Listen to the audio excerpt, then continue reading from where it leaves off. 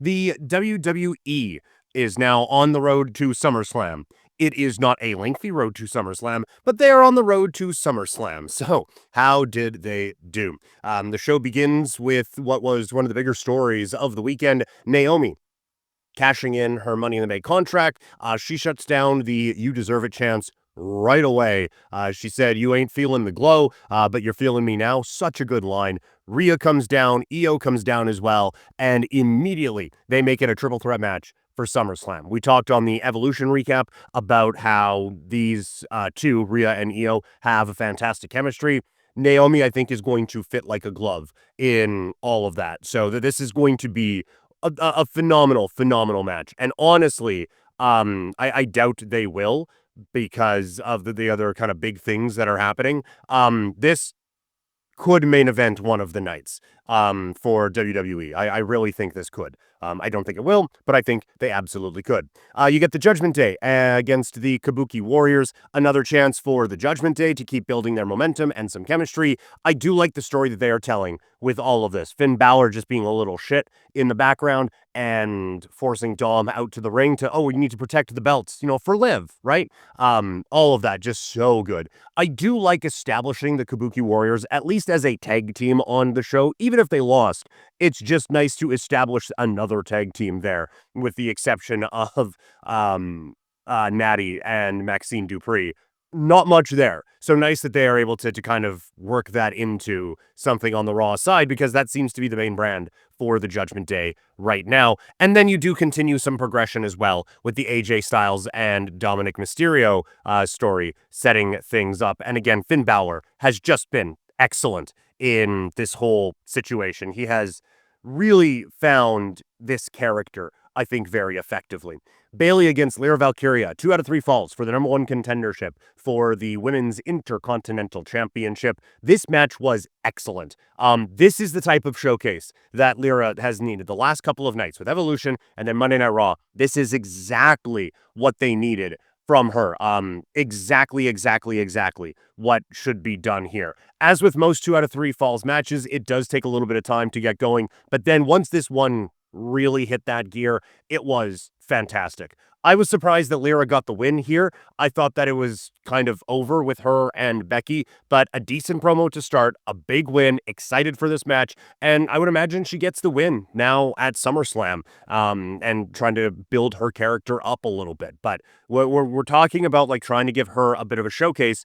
This is it. Show the amazing in-ring ability she has. Give her a feud that she can continue to work on the promo and the character and everything like that, and allow her to grow. This was exactly what you would want from this feud. Gauntlet match for the number 1 contender for the World Heavyweight Championship, with Gunther looking on from the box, looking about as uninterested as you possibly could.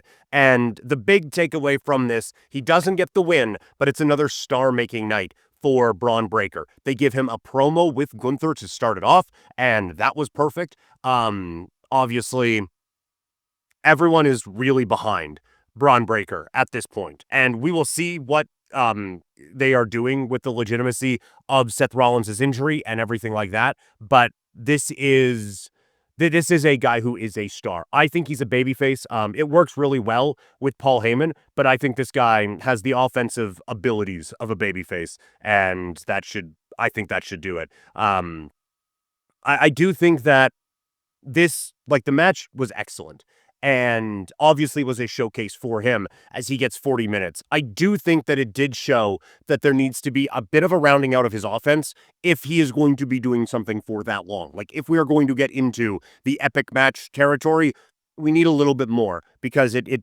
gets a touch one note. It's a great note, but it gets a touch one note at times. So that's something I would like to see from him. A minor comment. Otherwise, everything about it is just star everywhere with this guy.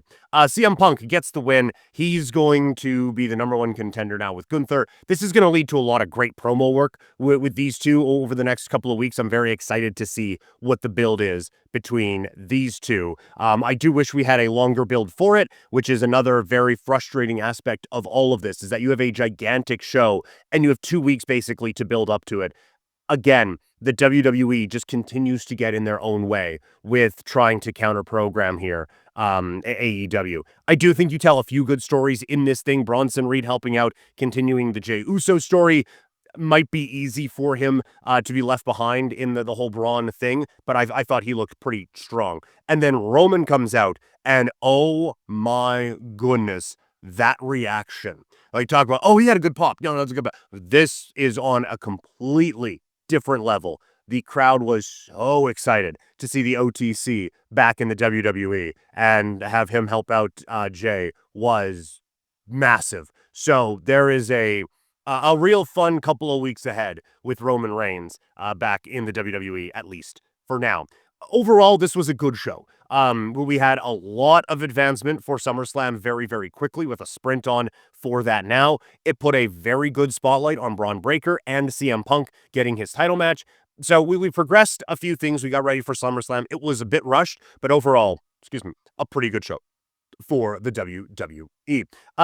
Reminder, if you miss any of the episodes that we are doing, or if you're just watching this as just its own segment, Couch Potato Diary is available in podcast form wherever you get your podcast. You can listen on Spotify as well as Apple, or anywhere that you get your podcasts.